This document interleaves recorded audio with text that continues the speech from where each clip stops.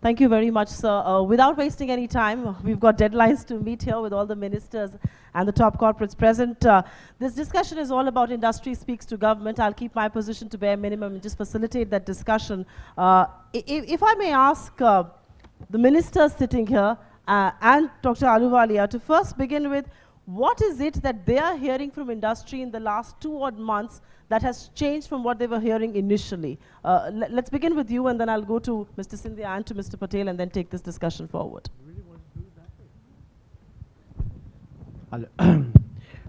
Well, yeah, you've changed the subject from industry talks to government listens to industry.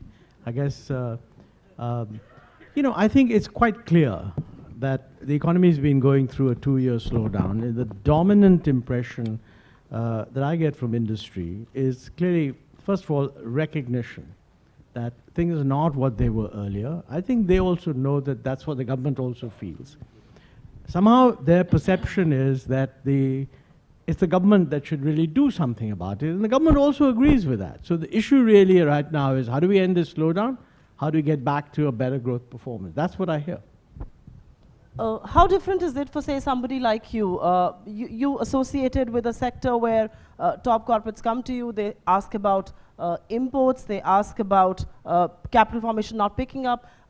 Has the discourse changed in the last 2 odd months? Because the perception is things are happening, they may not be reflecting on the ground.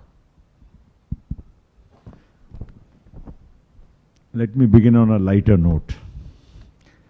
And that is, right now you have stalwarts and heavyweights in this conference today from the Congress party and the BJP, speaking to all industry leaders.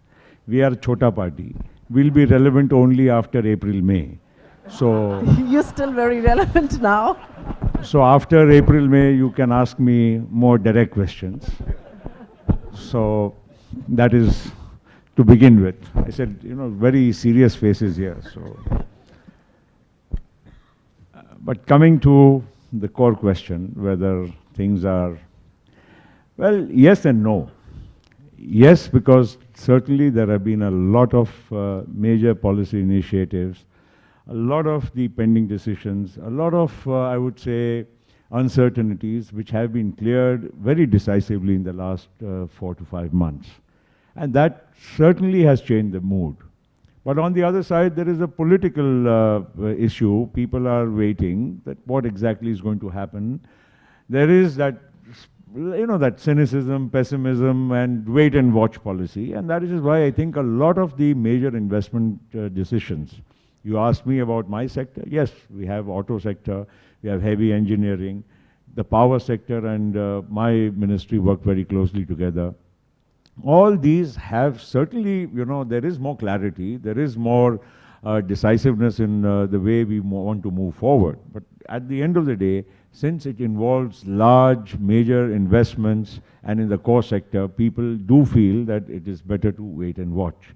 But I must admit that there has been a great positivity and a lot of major important decisions which industry would like to hear, as they say, music to the ears for the industry and for an investor. I think the government's move and the way forward has been very, very clear and decisive. Decisive indeed. Mr. Scindia, if I may come to you, you've just come back from an election, so we were speaking about the cynicism in electoral politics, but talking about the power sector, plenty has happened in the last few months. Do you think you've been successfully able to turn the sentiment in the sector, at least from somebody, from a sector where everybody thought nothing would move, things are beginning to change? Well, 2 comments firstly. I am not a cynic. I believe in the vibrancy of our democracy. Whether we win elections or lose elections is not important, but what's really important is that we have, as a country, the will to win. And I certainly believe that over the long term, India as a country is going to win, and there's nothing that's going to stop her. That's point 1. Point 2, I also do think that, you know, when bad news filters in, whether it has to do with a slowdown, as Montek Singh ji said, or indecision, that has a lag period in terms of setting in. And once you arrest that lag period, then on the way up as well, it does take some time for the good news to filter in. The last 3 or 4 months in cabinet, outside cabinet, there's been a tremendous amount of traction to arrest that downside and take India back onto its trend. What is also very clear, and I believe as a younger person in India, that we all have to work together. Government by itself cannot realize that dream. Industry by itself cannot realize that dream. State governments by themselves cannot realize that dream. It has to be a working with all stakeholders towards a common goal.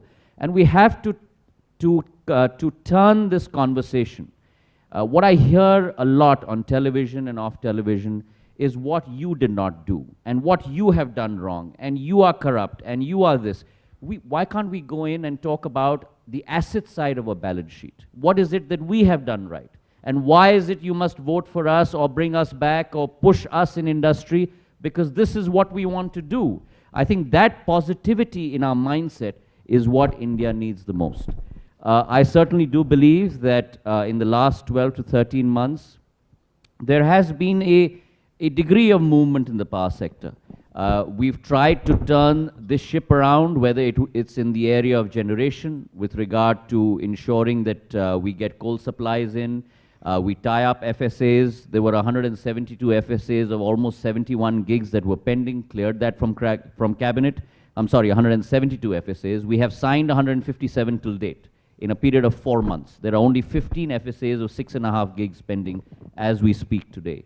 Whether it's the fact of independent coal regulator bill that everyone was arguing for so that quality parameters of coal, delivery mechanisms of coal could be ascertained. We've passed that in cabinet. The very fact that you wanted third-party quality control check on coal, so there was transparency in a relationship between Coal India and the power producers, that has been put into effect as of 1st of October. On the transmission side, we are going to, hopefully, by end of Q1 2014, interconnect the whole national grid into a synchronous grid. That will be the largest grid in the world as we speak. On the distribution end, we've got the FRP, the financial restructuring package that has been promulgated by 4 states. Bonds worth almost about 95,000 crores have been issued. Tariffs have been raised, something that power producers were arguing for. It will be an annual exercise. The fungibility of the balance sheet of the DISCOMs have become much stronger. And I'm sure that all these measures and many more that I'm thinking of, reforms to the Electricity Act, changes to the tariff policy, many other issues that we are working on, even though we are going into an election. I believe every day counts, not necessarily only for me, for the Congress party, but for all of us as a country. Fair enough. Ms. Kidwai, if I may, come to you, and because Mr. Patel here wants to leave, if you may direct a question. You've heard the ministers talk, you've heard policymakers speak. It gives us a sense that there's plenty happening. But what else does the industry want from the government? Well, it is at the end of the day about execution, and we had a very interesting session which in fact you conducted yesterday with the secretaries, and this term of growth fundamentalists emerged, and we were all on the same side. The bureaucrats were saying they were growth fundamentalists and industry was saying that we were growth fundamentalists. So what is the disconnect?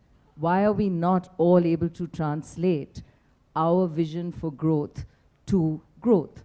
And my question really would be actually to our Minister for Power, because he has managed to turn the direction back into getting some of those projects back on the ground. At what was it that wasn't happening before and that is happening now? And the lessons therein that we would have learned to make sure we don't go back to what was happening before, which was stuck projects. So what would your lessons be back to us in industry, as regulators, as government, to ensure we don't get back to the stuck projects and all that that meant in terms of cost to the economy? I can't comment on what was happening before, but I certainly can comment on what is it that I tried to do in these 12 or 13 months, and I don't know. The proof of the pudding is always in the eating, and I think that's going to be prevalent in the next couple of months as we move forward, whether actually the sector's turned around or not. But I think fundamentally what is important to me, whether it's been in this portfolio or the portfolios prior, is I think what we must try and understand is that we are not sitting on opposite sides of the table. We're sitting on the same side of the table. Because if you succeed, we succeed. If we succeed, you succeed. And I think that is a very important lesson that I've imbibed through the last couple of years of being in government. And it's always been my effort to make sure that I listen to all stakeholders. I remember in my first stint as Minister of State in Telecom and Posts, I have Piyush Pandey, who's sitting over here, and I brought him on board to do a BPR exercise and a remarketing of India Post. Brought McKinsey on board to help me. Of course, I ended up paying them nothing because I'm a cost center, not a profit center. But that's a different story. But I think it's important to display the passion. I think in life, if you have passion about something and you want to get something done, willy-nilly, if you keep at it, so passion, perseverance, and commitment, and transparency, it must be clear to the other party, whoever the other party is, that you're listening to them, you understand what they're saying, and then you must communicate what can be done and what can't be done, and why is it that it cannot be done. And I think if you're able to communicate that, then I think all the people will leave the room in a much happier mood, whether their work gets done or not.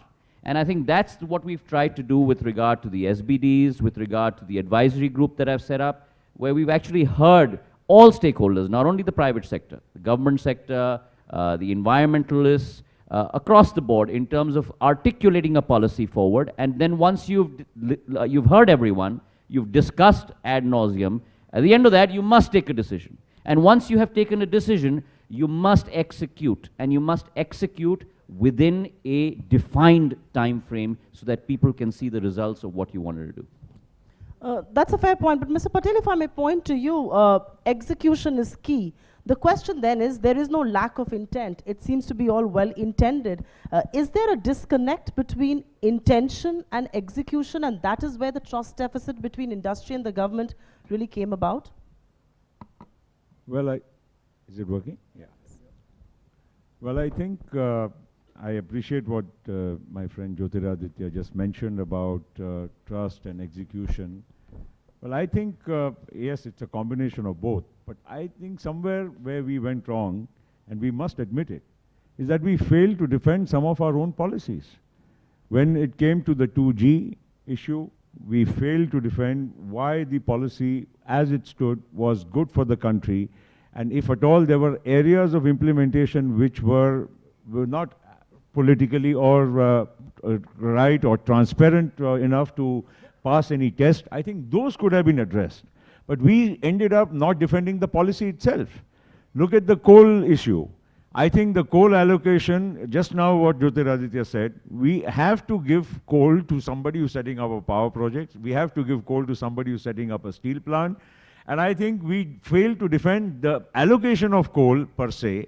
We went on, running around in circles, trying to, justify to people in various different ways. I think we should have been bold enough to take up issues and say that, yes, we call a spade a spade. We have done what is right in the interest of the nation, in the interest of industry.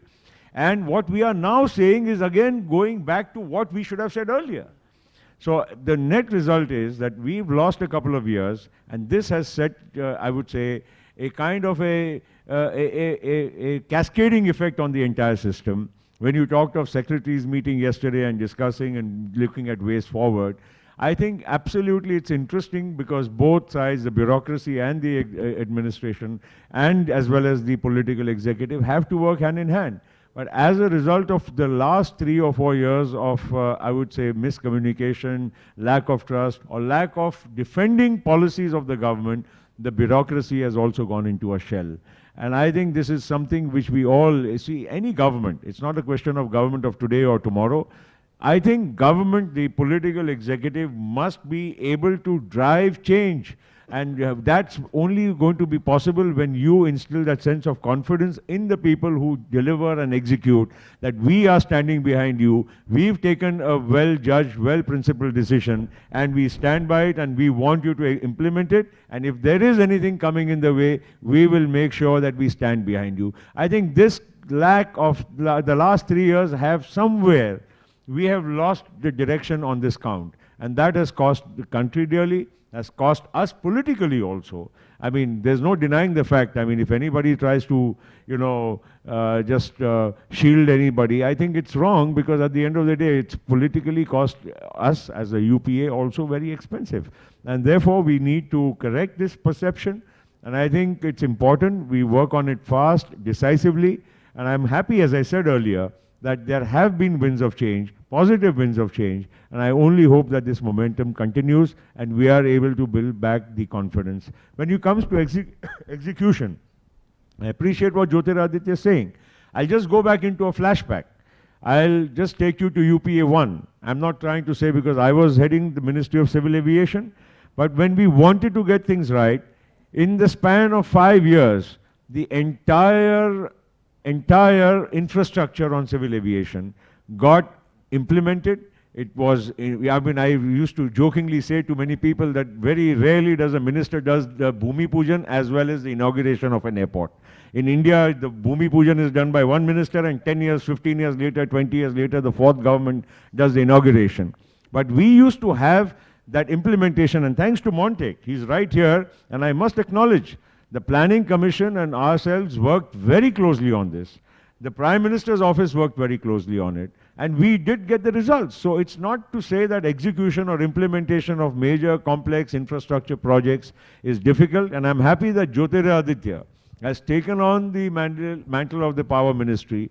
It needs a fresh mind, a decisive mind, and an energetic mind to be able to bring that transformation. And that's what is visible now in the last few months. What he's talked about the power sector, I am closely associated with that as the Minister of Heavy Industries, because the power equipment and the heavy engineering, the EPC, all comes under our ministry. And I see the change, the way things have started moving, and I think this is what exactly India needs. Fair enough. I'm going to take a cue from what you said. And Dr. Ahluwalia, if I come to you, he said there seems to be a problem, and there has been, and you were rather candid to admit it has cost you politically as well. The lack of communication of policies. Two questions to you. How difficult is it now to defend policy making in India, to defend your decisions with all the noise and the cacophony around decision making? Everything seems to be up for scrutiny. Everything is on public, under public glare, on the public's radar. How difficult is that process now? Personally, I don't think it's difficult at all. I mean, there is no alternative to explaining policies. I mean, there are policies, and if we are sure they're good policies, we should explain. That's not the problem. I think what we are discussing is actually quite interesting, and without going too much into the past, two things are very important. One is that the way government functions, it tends to function in silos. And when it functions in silos, any process requires different people to agree. It doesn't function as if there's a team that says, we got to get this done. I'm sure that there are problems. Here and there, maybe the environmental aspect hasn't been looked after, maybe some regulatory aspect hasn't been looked after. Can you take a consolidated view and make whatever adjustments are needed and come out with a success? That is not the way governments work. And I think we need to rethink that. Even within a government, I mean, a file moves from level 1 to level 2 to level 3 to level 4. Everybody comments on it at level 1, level 2, level 3. By the time it gets to level 4, the poor fellow could subsequently be made responsible that how come you contradicted what somebody at level 1 is doing, whereas actually it's well within his rights to do so. This is confused a little bit, well, by a general lack of trust. That's true in governments all over the world. I mean, right now, globally, this is happening. But, you know, I think there is this one thing if you have a political attack on policy. That's what there should be. But when you have sort of apparently statutory bodies putting their own criticisms of policy, that is their right, and they should do that. I'm referring now, for example, to the CAG. What is not being realized is that a pronouncement by the CAG is not a pronouncement by the Supreme Court. When the Supreme Court says this is the law, whether you like it or not, that is the law. And you have no alternative but to go and amend it. I think there's a judgment of the Supreme Court, which I'm going to quote now, where two judges have pronounced on the fact that they seem to find a tendency in the press to view statements in a CAG report as if they were gospel truth. And they have gone out of their way to say that the CAG is a constitutional authority, its report is a useful input into policy, it should be considered by the PAC. It is the view of the PAC that then prevails, and subsequently it is the view of the parliament that should count. Instead, what we've got is a huge desire to pick up anything which looks critical, and that gets built up.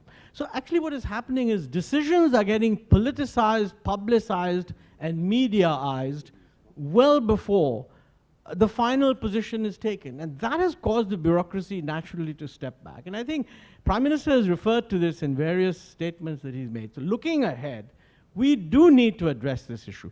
That is, by the way, why the Cabinet Committee on Investment in Infrastructure was set up. In fact, when we got the plan approved a year ago, we specifically said decisions are being delayed because of a silo-like treatment. And that is not going to work, and we need a holistic view. And we need to organize government in such a way that a holistic view is taken, and that's what the Cabinet Committee on Investment does. I mean, all these references that have been made to decisions taken, fuel supply agreements cleared, etc., many of the critical interministerial differences were resolved by the Cabinet Committee on Investment. So actually, in retrospect, had we set up the Cabinet Committee on Investment a year ago, we'd have been much better off. But you know, these things take time in a system to do, but they're very important for the future. Big projects have really been cleared by the Cabinet Committee on Investments, and if I may, okay, Mr. Patel is going to take a leave. Thank you very much for being with us. Thank you very much, and I'm sorry I have to leave. I'm not the Civil Aviation Minister anymore, so I can't delay a flight. Thank you very much. We'll carry this discussion forward, and let me bring industry on board on this particular question about CCI. It's a very well-intended, again, a very Nobel thought, a very Nobel plan. You've actually cleared a whole host of projects, 287 at last count. If I may bring this to Mr. Modi, just from an industry perspective, it's a well-intended move. They've cleared projects, but investments are not breaking ground. What is keeping industry away now? Your projects have been cleared. You will eventually get clearances from this. My question then is there a problem with the last mile connectivity in India? Whether it's in policy making or it's in execution, do we miss that last mile? I think we don't only miss the last mile. It appears to investors like me and many of others that until unless government's focus is on investment and employment, which we feel, at least it does not appear to be, it is very difficult to put investment in place. And I'll give you a reason. It is very good to have a cabinet committee approve the project. Now, if I am giving a project, it may take me 3 years to get the first approval of forest department, tribal department, pollution control, environment control, before I can put a brick on it. The same thing in various advanced countries can take 1 month. They can be rules set, I am supposed to do 100 things, and I start my work. If I don't do 100 things, you can take my license, put me behind bars, do whatever, take action. But you don't allow me to work. So the issue is, at the ground level, unfortunately, things are not changing. And if they are changing for the worst. Earlier, the environment clearance was taking 3 months to 6 months. Now it can take 3 years. If you go for land now, it is becoming much more difficult to get land than it was before. So I think the intention of everybody is to get the things going. But until unless we are asked where my shoe is pinching, and that is removed, then only I can invest. I am not going to invest because India needs investment. I have to invest because my shareholders and everybody will get the return from it. And if they don't get, it will be very, very difficult for people to invest. And I may add, if we Indians don't invest in India, to expect a foreigner to come and invest is, according to me, it is foolhardy to look. You know, it's a little ironical. I'm going to be the devil's advocate for just a moment here, because you spoke about foreign investment versus domestic investment. No, I'm not against foreign Pepsi, investment. Vodafone, No, they're all investing in India. Let me. You are investing in consumer goods. If Pepsi-Cola invest, Coca-Cola invest, Nestle invest, my friend Mariwala invest, yes. But are we looking at only investment in consumption? Or are we looking at No, fair investment in point. infrastructure, oil and gas, coal, iron ore, all those things? Mr. Scindia, you made a point about advisory committees, advisory panels, getting industry on board, listening to stakeholders. You're doing that in power. Mr. Modi made a point about the government doesn't know where the shoe is pinching industry. Do you think that's not happening enough across the government? No, I didn't mean about power. So No, I said you've done enough on power. I'm just making it clear. I think first thing, I think it's very important in life to be able to take constructive criticism, and irrespective of good intentions and what you're trying to do, if something's not working, I think it's important to hear more and talk less. And I think that's something that I've been brought up with. So I think there's always room to improve. Having said that, I can only give you the example of what I've been trying to do over the last 12 months. The advisory group that I've set up, and this is one of the key tenets that I put forward prior to anyone agreeing and acquiescing to becoming part of this advisory group, is I said that very clearly, I do not want names. I want people who can give time and people who can give commitment. And I'm going to discuss with you threadbare on every single issue. My advisory group, which encompasses not only industry, but ex-secretaries of coal, ex-secretaries of environment, ex-secretaries of power, Mr. R.K. Pachauri from TERI, a number of the PSUs. In the last 12 months, we have had 8 meetings.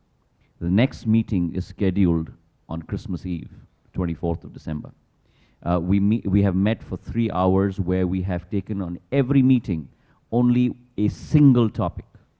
And so I moved from coal to gas to hydro to the standard bidding documents to changes in the Electricity Act to issues on transmission, issues on grid security. And at the end of that meeting, it's just not another tete-a-tete. At the end of that meeting, what is clearly articulated is this is what I am expecting you to do. And the advisory group clearly articulates that this is what they are expecting me to do. And therefore, at the next advisory group meeting, it doesn't start with, okay, now what's the issues on the transmission sector? The first item on the agenda is the action taken report by the minister to the advisory group on the points that we had very clearly articulated. So I'm as accountable to the advisory group as members of that advisory group are to themselves. And I think that very clearly sets the tone of what we need to do in terms of execution. Point one. Point two, with regard to the CCI, I've been part of the CCI, and it's been tremendous, as Montek Singh ji said, in terms of the traction that they've been able to achieve. And to Modi ji's point, I'd like to also highlight that the CCI does not only approve projects. The CCI is not another FIPB. The CCI takes up projects which are stuck in a particular ministry on particular issues, debates them, and takes the decision. And therefore, issues such as environment clearance, issues such as forest clearance, for example, there are many power projects that I have taken to the CCI for exactly that. Clearance of EC, clearance of FC, basin-wise studies, the first project in a hydro basin which needs to be cleared ASAP.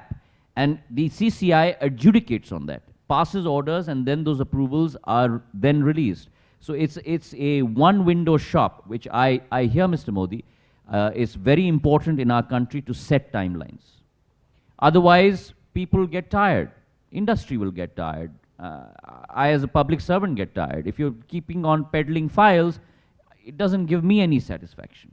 And therefore, even with the Environment Ministry, I'm working with them to actually come up with a set of timelines for EC clearance, FC clearance at the state level, for transmission projects, for thermal projects, for distribution projects, and EC, FC clearance at the central level, so that you have a very clear defined timeline, very much of what you were saying, wherein an investor knows that if I don't get this clearance in 30 days, then maybe we should take it as deemed clearance. And that's something that I'm trying to explore, so that people are accountable in government, in bureaucracy, as much as we want people to be accountable in the private sector.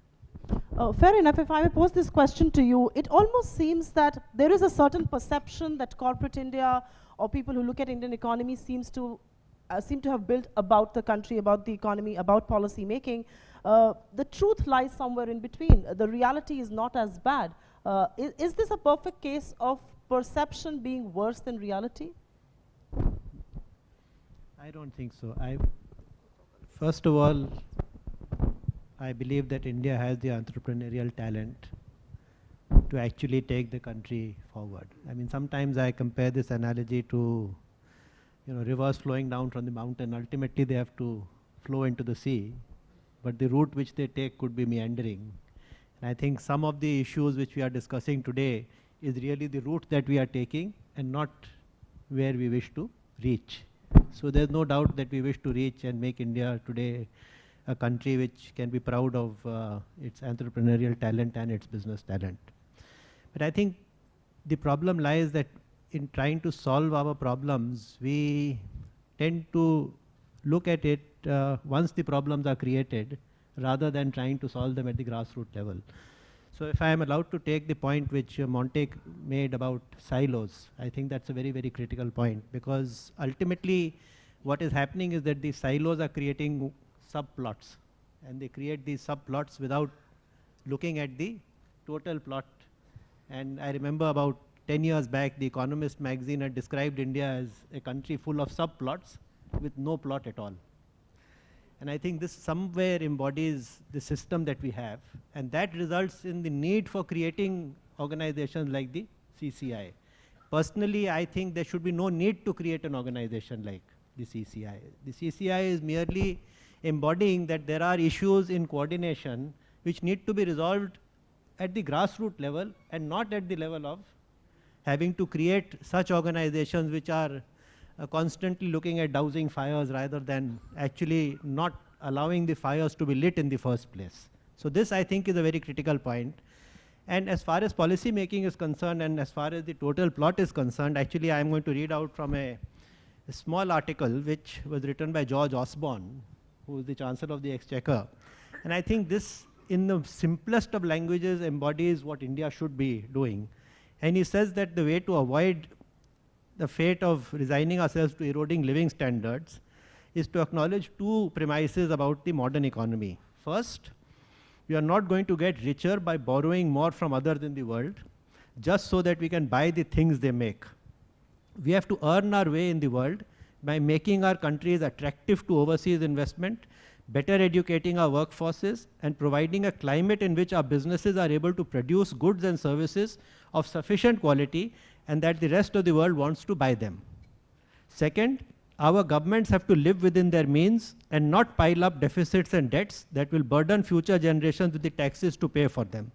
We have to reduce entitlements and drive value for money through government so that we can focus public spending on areas likely to enhance our productivity. I think this what embodies really what business would like to see is that all our policy making and all the enablers which allow those policies to be implemented should be done in such a manner and in a positive manner, not to counter the negative impacts of policy, but only to look at the positive impacts of policy. And I think what is happening and what is creating this trust deficit is that a lot of our laws are being made with the idea that somebody is going to misuse them, so they should be made more and more difficult. And that, I think, needs to go away.